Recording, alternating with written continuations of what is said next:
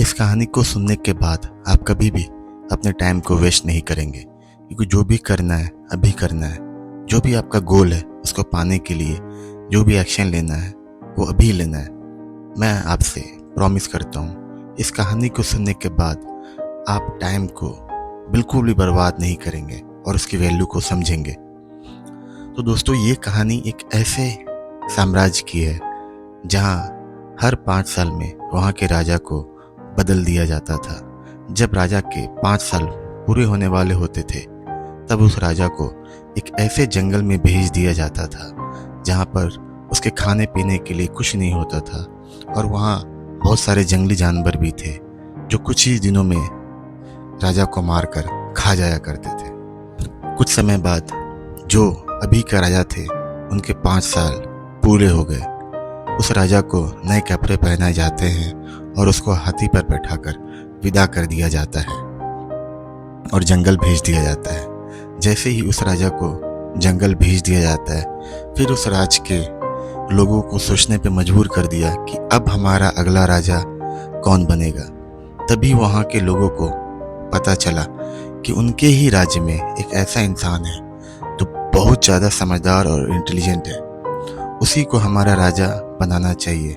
सभी मिलकर उसके पास जाते हैं और उससे प्रार्थना करते हैं कि आप हमारे राज्य के नए राजा बन जाइए। लेकिन वो इंसान मना कर देता है, क्योंकि उसी राज्य के होने के कारण उसको पता था कि जैसे ही उसके 5 साल पूरे हो जाएंगे उसे भी जंगल भेज दिया जाएगा, जहाँ खाने पीने के लिए कुछ नहीं होंगे और जंगली जानवर उसे मारकर खा जाएंगे। लोगों ने उसे बहुत रिक्वेस्ट की, बहुत प्रार्थना की कि आप हमारे राज्य के राजा बन जाइए, क्योंकि आप बहुत ज़्यादा समझदार हैं और हम सबको भरोसा है आप हमारे राज्य को अच्छे से चला लेंगे। सबके रिक्वेस्ट करने पर उसने हाँ बोल दिया और बोला, ठीक है, मैं आपके राज्य के राजा बनने के लिए तैयार हूँ, और इस बात के लिए भी तैयार हूँ कि जब 5 साल हो जाएगा तब मैं खुद ही जंगल चला जाऊँगा। राजा बनने के बाद उसने सबसे पहले लोगों से पूछा कि जंगल का वो कौन सा हिस्सा है जहाँ 5 साल पूरे होने के बाद मुझे भेज दिया जाएगा। तो वो कुछ लोगों को लेकर जंगल का वो हिस्सा देखने जाता है जहाँ 5 साल पूरे होने पर उसे भी वहाँ भेज दिया जाएगा। वहाँ पर बहुत से लोगों को वो भाग देखने जाता है, तो देखता है वहाँ के बहुत से लोगों के नर कंकाल पड़े हुए हैं और बहुत सारे जंगली जानवर भी आसपास घूम रहे हैं। जंगल से वापस आने पर वो राजा बस इसी प्लानिंग में लग जाता है कि ऐसा क्या करे कि 5 साल बाद मुझे उस जंगल में नहीं जाना पड़े। उसने अपने दिमाग में पूरी प्लानिंग कर ली। राजा ने सबसे पहले जंगल के बहुत सारे पेड़ कटवा दिए।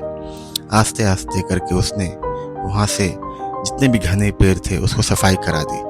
पेड़ कम होने के कारण अब वहाँ जंगली जानवर भी कम होने लगे। फिर अगले साल उसने और भी जंगल की सफाई करवा दी।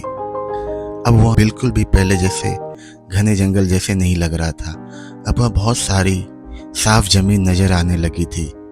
तीसरे साल उसने वहाँ पर घर बनाने, रास्ते बनवाने स्टार्ट कर दिया ताकि वो जंगल जैसा नहीं लगे। अब वो बिल्कुल शहर जैसा दिखने लगा था। ये सब देखकर वहाँ पर लोगों ने भी अपने लिए घर बनाना स्टार्ट कर दिया। इन 5 सालों में राजा ने बिल्कुल उस जंगल को एक नया शहर जैसा बसा दिया। इन 5 सालों में राजा ने अपने लिए बहुत सारी सेविंग भी कर ली। राजा के खर्चे बहुत कम थे, वो सेविंग्स भी अच्छी कर लेता था। फिर वो दिन भी आ गया जब उस राजा के 5 साल पूरे हो गए।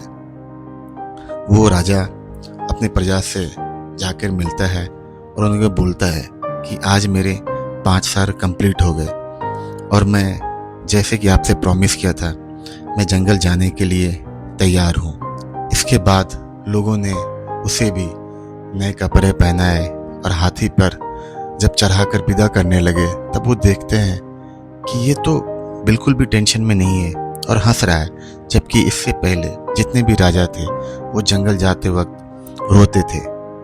लोगों से रहा नहीं गया और उसने उस राजा से पूछा कि आप जंगल जा रहे हैं जहां आपको पता है कि अब आप वहां से वापस नहीं आएंगे, पर आप इतना मुस्कुरा क्यों रहे हैं, ऐसा क्या है? राजा ने उन लोगों से बोला, जब आप इस दुनिया में आते हैं तब आप रोते हुए आते हैं, यानी जब आपका जन्म होता है तब आप रो रहे होते हैं, लेकिन अपने लाइफ में कुछ ऐसा करें कि पूरी दुनिया रोए और आप हंसते हंसते यहाँ से जाएं।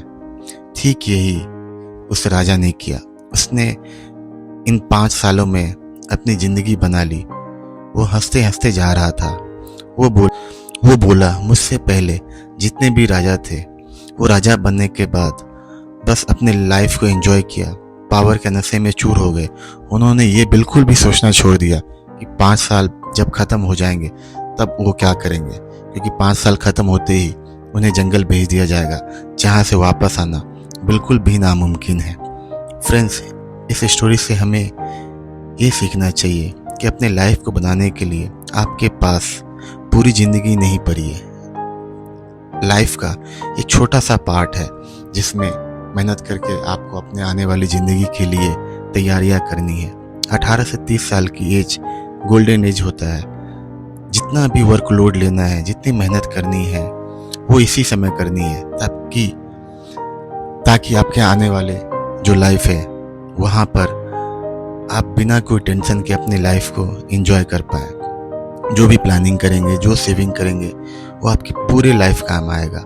आपको भी उस राजा की तरह धीरे धीरे लेकिन अपना एक अलग किंगडम बनाना है, जहाँ के राजा सिर्फ और सिर्फ आप होंगे।